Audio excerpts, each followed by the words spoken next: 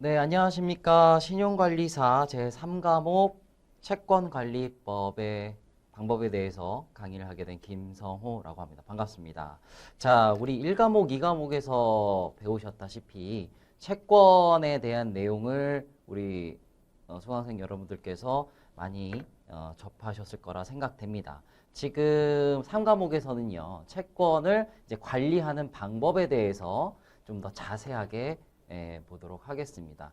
특히 이제 3과목 같은 경우는 시험 문제에 출제가 될 때 조금 어렵게 출제가 되는 부분이 있습니다. 그래서 이제 전략을 조금 더 설명을 해드리면 보통 저희가 이제 절대적 평가이기 때문에 60점을 이제 평균적으로 넘어야 되는 시험이지 않습니까? 그렇기 때문에 과락을 맞지 않는 개개별의 과목에서 채권 관리 방법, 특히 이 3과목에서는 40점만 넘어가자라고 하는 전략을 세우시는 게 좋을 것 같습니다.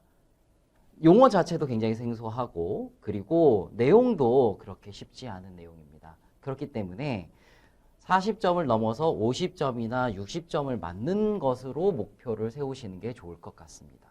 그리고 모든 내용이 거의 한 320, 350페이지 정도 되는 분량이기 때문에 전부 다 암기하는 것에 대해서는 불가능합니다. 그렇기 때문에 저희가 말씀드리는 내용은 보통 이해, 암기 두 가지 파트를 나눠 놓고 봤을 때 이해보다는 암기를 좀 더 쉽게 하는 방법에 대해서 좀 더 말씀을 드려보도록 하겠습니다. 특히 암기할 때는 내용들이 또 용어들이 어렵기 때문에 웬만하면은 단어 위주로 암기를 하시는 게 좋을 것 같고요. 그리고 이미지로 그 내용들을 찰칵찰칵 머릿속에 저장을 해 놓으시는 게 좋을 것 같습니다. 자, 한번 보도록 하겠습니다.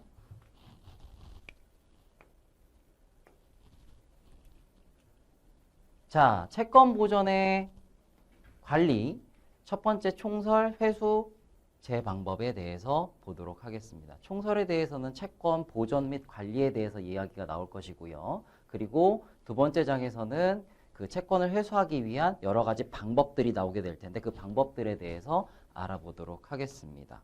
첫 번째로 이 채권에 대한 부분은 이미 1과목 채권 파트에서 여러분들이 전부 다 배우셨을 거라 생각됩니다. 채권이라 함은 특정인에 대해서 일정한 행위를 요구할 수 있는 권리를 얘기합니다. 이 권리.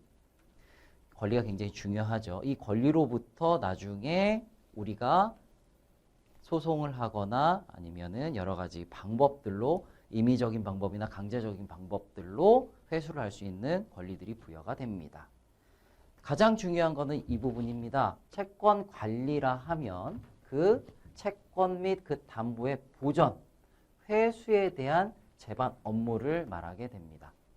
보통 채권이 발생되고 나서부터 그 보전, 그것을 내가 제대로 갖고 있을 때, 그리고 또 더 그것을 다시 온전하게 회수를 하기 위한 여러 가지 그 일반적인 업무들을 처음과 끝 업무를 채권 관리라 합니다. 시험 문제에 나오는 건 아닙니다. 하지만 용어에 대한 정의 정도는 알아두시면 좋을 것 같습니다.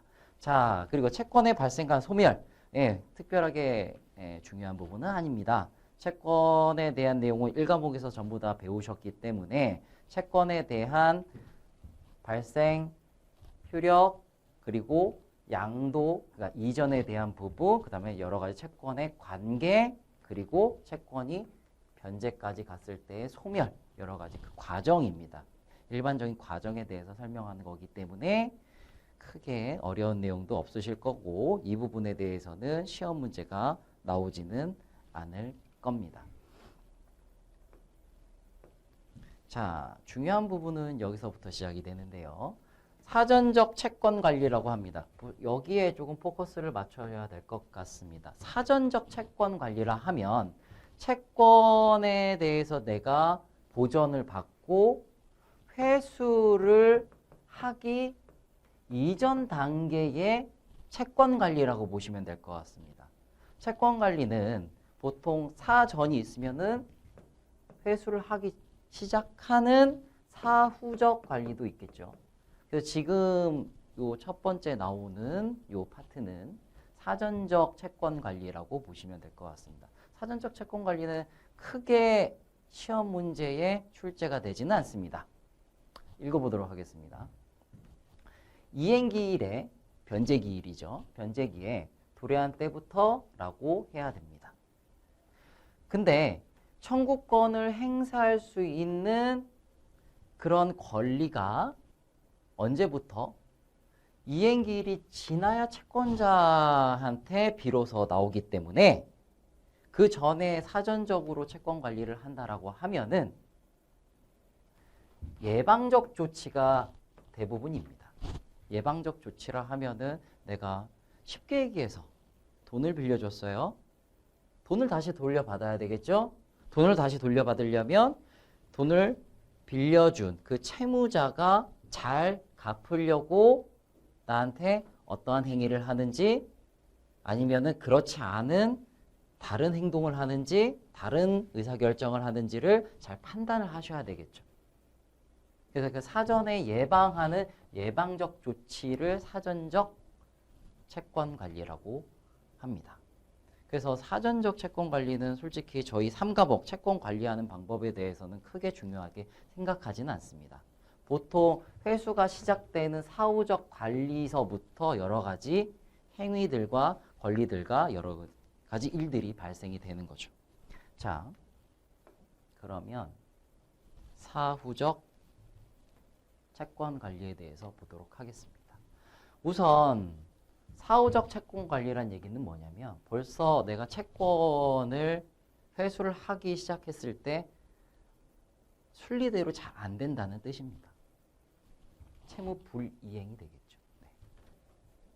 돈을 빌려줬어요. 갚아달라고 합니다. 갚지 못하는 상황이 발생됩니다. 채무 불이행입니다. 채무의 내용 실현이 불가능하거나 지체가 되거나 또는 완벽하게 변제가 되지 않는 경우를 채무 불이행이라고 합니다. 다만 금전 채권, 다른 채권과는 달리 다음과 같은 특징이 있습니다. 이행불능의 상태는 관념할 수 없고 채무자의 귀책 사유가 언제나 인정되며 채무자는 자신에게 과실 없음을 항변하지 못합니다. 이 얘기가 무슨 뜻이냐? 내가 다 갚지 못한다고 하더라도 지금 나중에 갚을 수가 있어요. 그러니 지금 나는 채무 불이행이 아닙니다. 라고 항변을 하지 못한다는 얘기입니다. 채권자는 손해에 대한 증명 없이도 손해배상 청구가 가능합니다. 너 때문에 내가 이러한 기회비용이 생겼어. 너 때문에 네가 채무 불이행 때문에 내가 이러한 의사결정을 하지 못했어. 네, 손해배상 청구도 가능합니다. 네. 자, 그 다음에 기한의 이익 상실입니다. 채권 관리 중에 사후적 관리 중에 가장 중요한 파트라고 보시면 될 것 같습니다. 시험 문제에 가장 많이 출제가 되는 파트이고요. 시험 문제 중에서도 이러한 기한의 이익 상실과 기한의 이익에 대한 부분이 최근에도 굉장히 작년에도 많이 출제가 된 부분입니다. 꼭 나온다라고 보시면 좋을 것 같습니다. 자세하게 보도록 하죠. 기한의 이익이라 하면 정의죠. 기한이 도래하지 않는 동안 당사자가 받을 이익을 말합니다. 여기서 말하는 당사자는 채무자입니다. 채무자는 돈을 빌린 사람이죠. 쉽게 얘기해서 돈을 빌린 사람입니다. 돈을 빌린 사람이 이익을 받는다?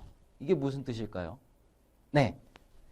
내가 언제부터 언제까지 돈을 빌려서 돈을 다시 돌려받기로 했습니다. 그러면 이 기간 동안을 채무자는 채권자한테 돈을 갚지 않아도 됩니다. 왜?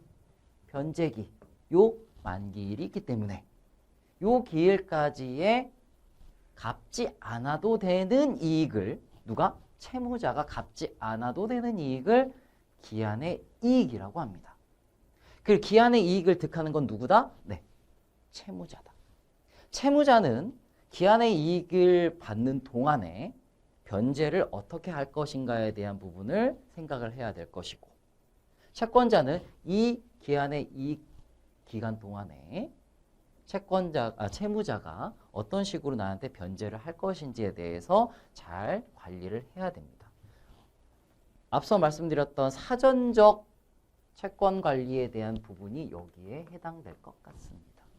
기한의 이익을 상실을 한다? 네, 그러면은 뭘까요? 네, 변제 기일이 지났다란 얘기겠죠. 네.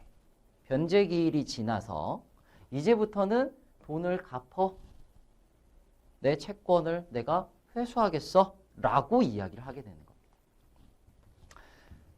대출금 채권의 기한의 이익이란 채무자죠. 만기 시까지 변제할 의무가 없음을 얘기합니다. 자, 여기서 시험 문제에 출제가 되는 부분은 얘를 살짝 채권자로 바꿔서 시험에 출제가 됩니다. 네.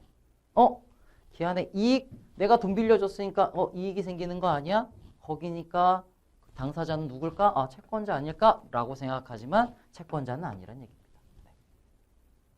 기한의 이익을 갖게 되는 거는 채무자다라는 거 반드시 알아두시면 좋을 것 같습니다.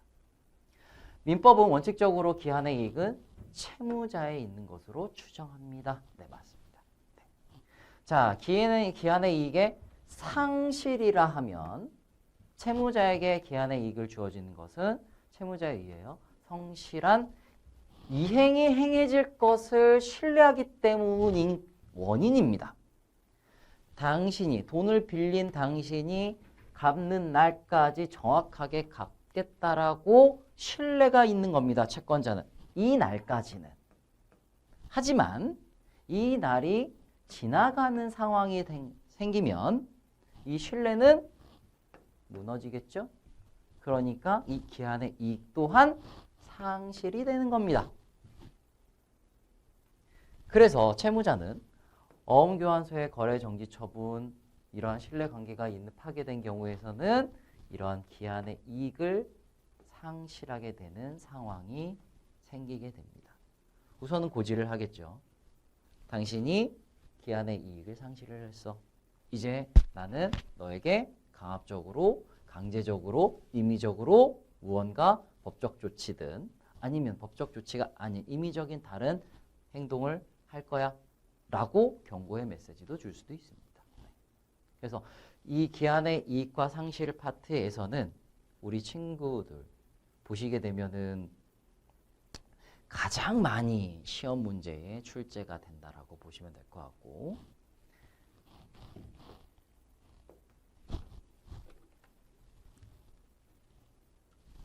자, 사후적 관리 업무 착수입니다. 착수가 한다는 얘기는 뭘까요? 아까 전에 말씀드렸듯이 변제 기일이 오버가 돼서 이때부터 내가 채권을 회수하기 위한 사후 관리 업무들이 착수가 되는 겁니다.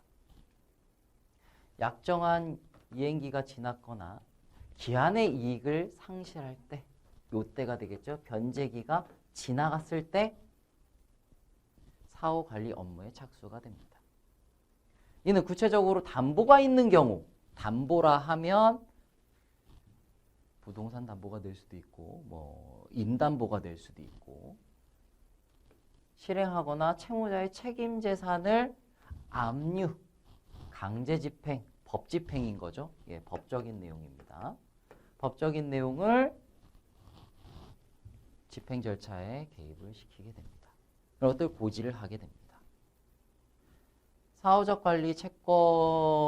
사후적 채권 관리 파트에서 가장 중요한 부분은 말씀드렸던 것처럼 이제 기한의 이익을 상실한 그 시점서부터 시작이 됩니다. 이때부터 시작되는 여러 가지 일들에 대해서 알아보는 내용입니다. 그러면 첫 번째로 그 기한의 이익을 상실한 그 시점이 가장 중요한 파트가 될 것 같고요. 그 다음에 이거를 어떤 식으로 회수를 해야 되는지 중요한 파트가 기다리게 됩니다. 자,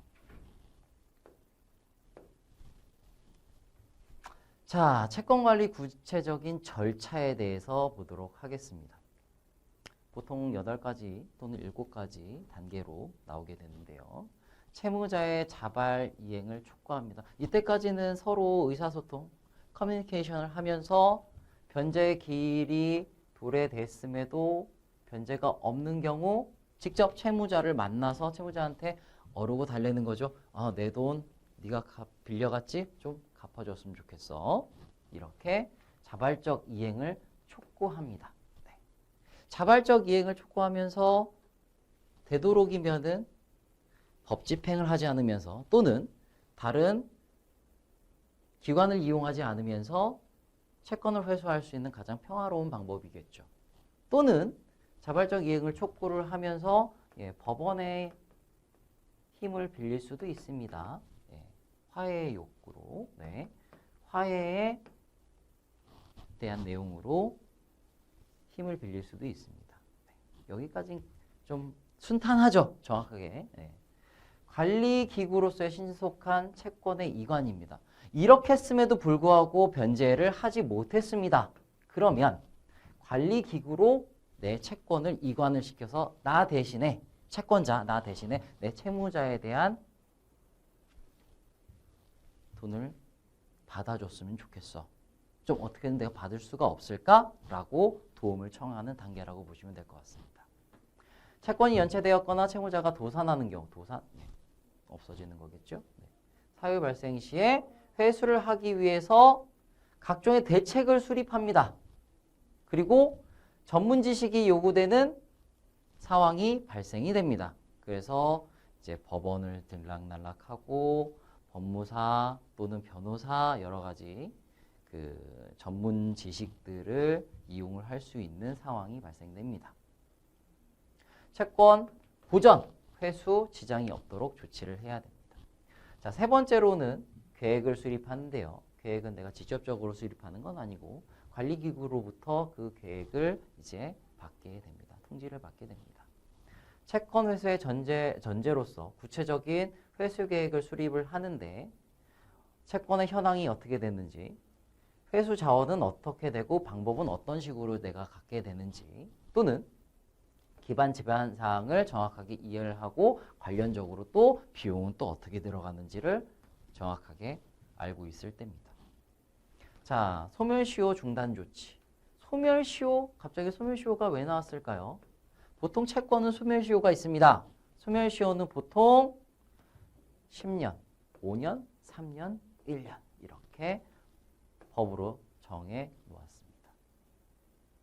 그래서 소멸시효가 넘어가게 되면 소멸하게 되겠죠. 그래서 소멸되기 전에 내 채권을 어떻게 회수할 건지, 그리고 소멸시효를 중단하게 됩니다. 내 소멸시효가 넘어가서 내가 받지 못하는 경우가 생겨버리면 안 되겠죠.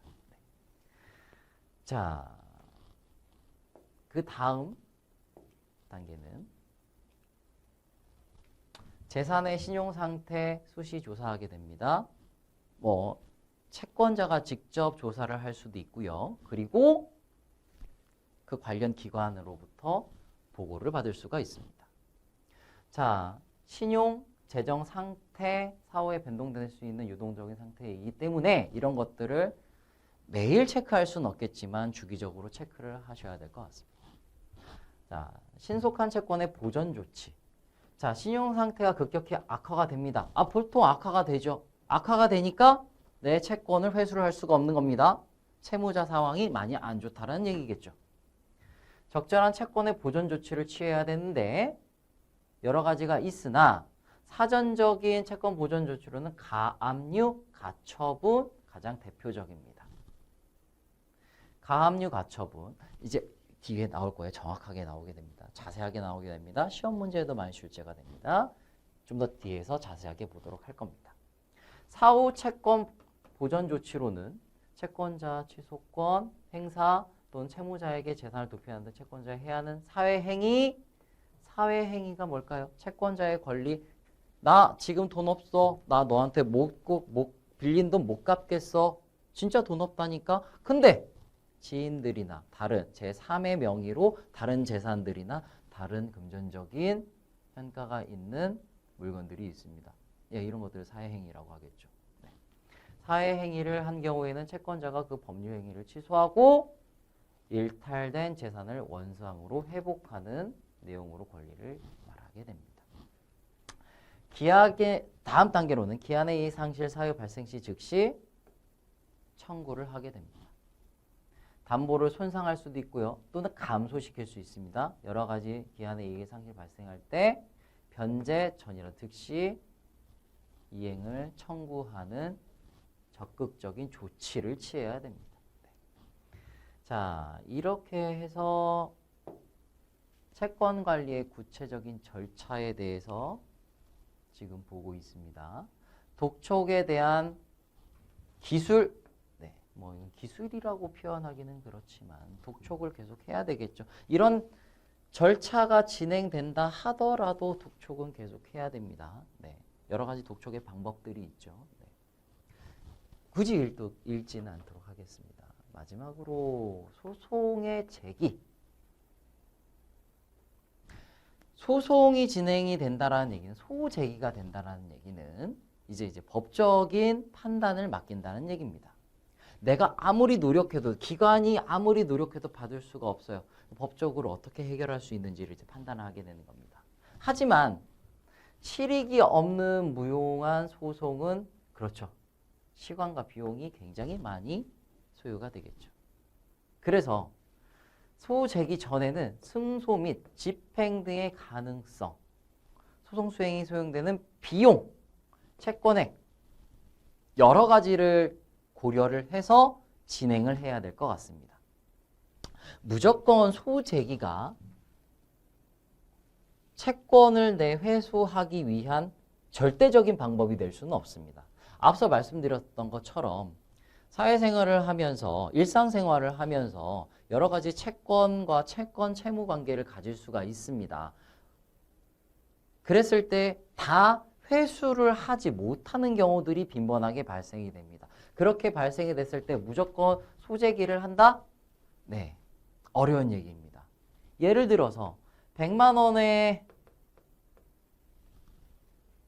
채권을 갖고 있고 빌려줬습니다. 회수를 하기 위해서 소제기를 하게 됩니다. 변호사, 소송 비용, 시간 여러 가지들을 생각을 하게 됩니다. 얼마나 걸릴까요? 이 100만 원을 회수하기 위해서.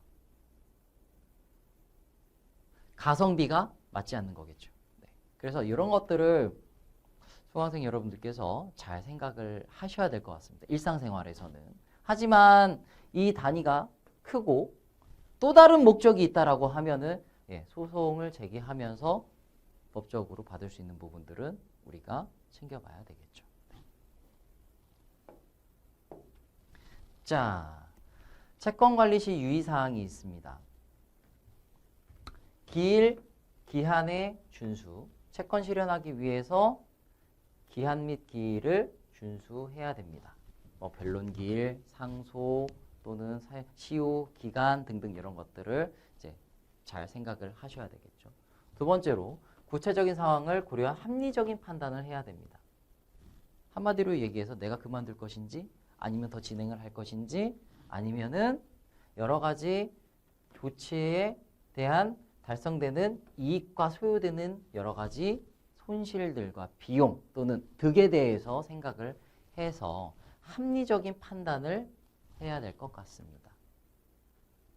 앞전 말씀드렸듯이 100만 원을 받기 위해서 그렇게 소제기를 한다? 어려울 수 있습니다. 그러면 어려우고 달래서 독촉이란 방법을 통해서 받을 수 있는 방법들이 좋을 수 있습니다. 그리고 사후관리 조치입니다. 채권관리는 곧 자산관리이기 때문에 사후관리 또한 병행이 돼야 됩니다.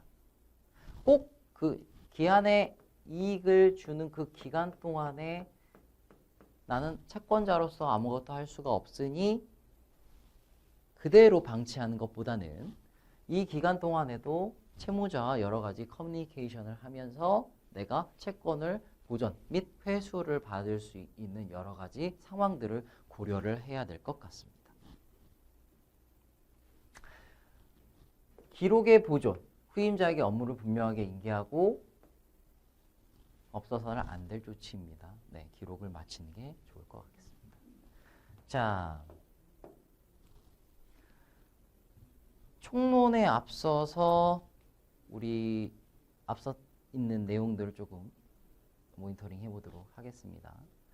다수설 대부분 이렇게 이야기를 하죠. 채무 불이행의 양태를 이행지체와 이행불능으로 나눕니다.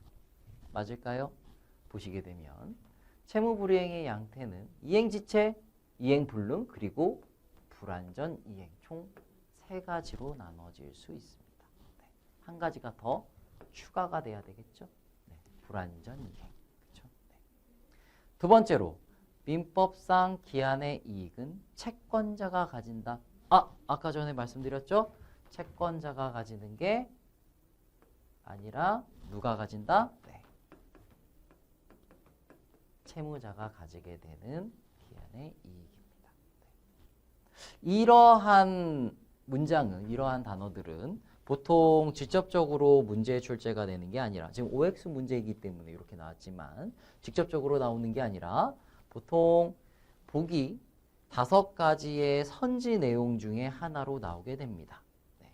기한의 이익에 대해서 잘못 설명한 것은, 기한의 이익에 대해서 올바로 설명한 것은, 이런 식으로 문제가 출제가 됩니다. 그랬을 때 이 채권자와 채무자에 대한 용어를 살짝 바꿔서 선지에 집어넣을 수 있다는 얘기인 거죠. 네. 시험 문제에 많이 출제가 됩니다. 세 번째, 채권관리 기술상 소멸시효의 중단 방법으로 소송을 제기하는 것이 가장 간이하고 효과적인 방법입니다. 맞을까요? 소송의 제기도 시효 중단을 하는 가장 중요한 방법, 또는 여러 가지 방법 중에 한 가지 방법이긴 하지만 실무상 채권 승인서를 받는 것이 가장 안전하고 간단한 방법입니다. 서류 한 장이면 됩니다. 채권 승인서를 하나 받는 것이 가장 중요합니다. 말씀드렸던 것처럼 소송을 제기를 한다는 얘기는 시간과 비용이 굉장히 많이 든다는 얘기입니다.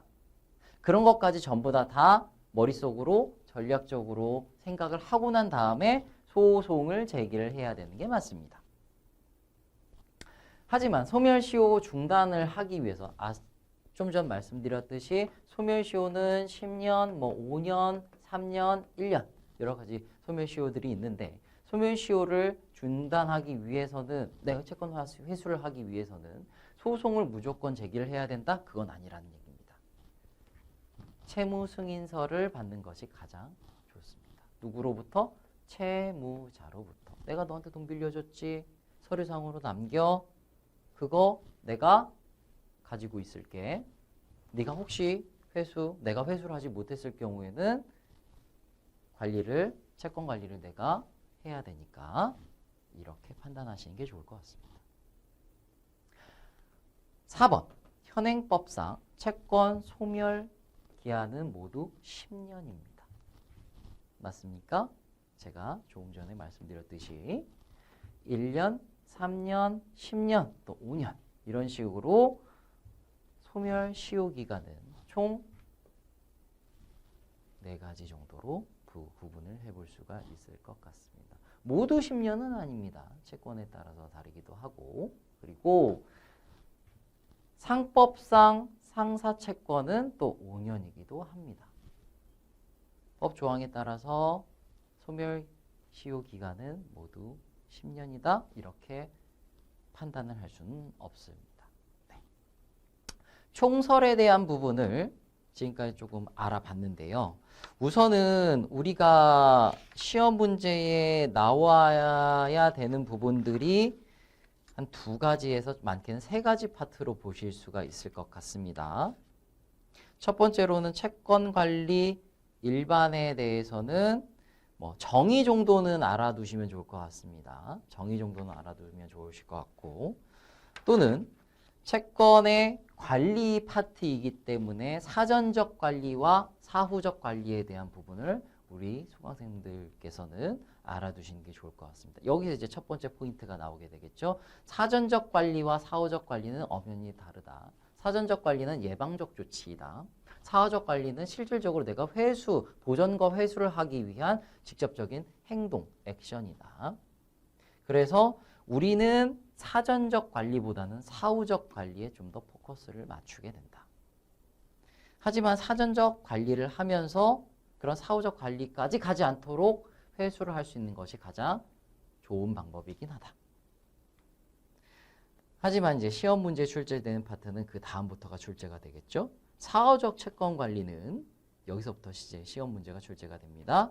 뭐 채무 불이행에 대한 부분 또는 기한의 이익 상실에 대한 부분, 이런 단어들과 용어들 또는 내용들이 시험 문제에 가장 많이 출제가 됩니다. 기한의 이익이라 하면 채권, 돈을 빌려주고 나서부터 갚기 위해 그 전까지, 변제기까지 가질 수 있는 채무자의 권리입니다. 채권자의 권리가 아니라.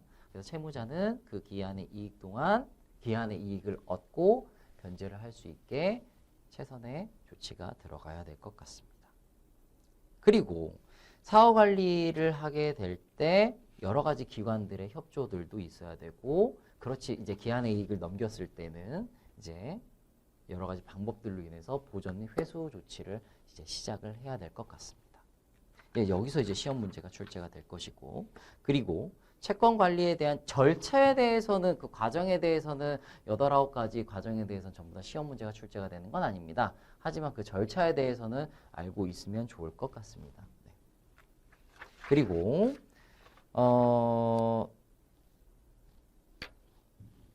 소멸시효에 대한 부분도 시험 문제에 이제 보기의 문제로서 조금 출제가 되는 부분들도 있습니다. 보기 선지에 지금처럼 선지 내용 중에 소멸시효에 대한 무조건에 대한 이런 10년이다 또는 단정, 규정하는 내용들로 시험 문제가 출제가 되는 경우들도 있는데 그런 것들은 쉽게 암기할 수 있는 부분이기 때문에 수강생 여러분들께서는 크게 어려움을 느끼시지는 않을 것 같습니다. 그리고 앞서 말씀드렸다시피 지금 이 우리 3과목에 대한 채권 관리 방법에 대한 부분은 보통 사후적 관리에 포커스가 맞춰져 있기 때문에 앞으로 진행되는 사후적 관리 시스템이나 사후적 관리 방법이라든가 여러 가지 제방법에 대해서 우리 수강생 여러분들께서는 좀 더 집중하시면 좋을 것 같고요.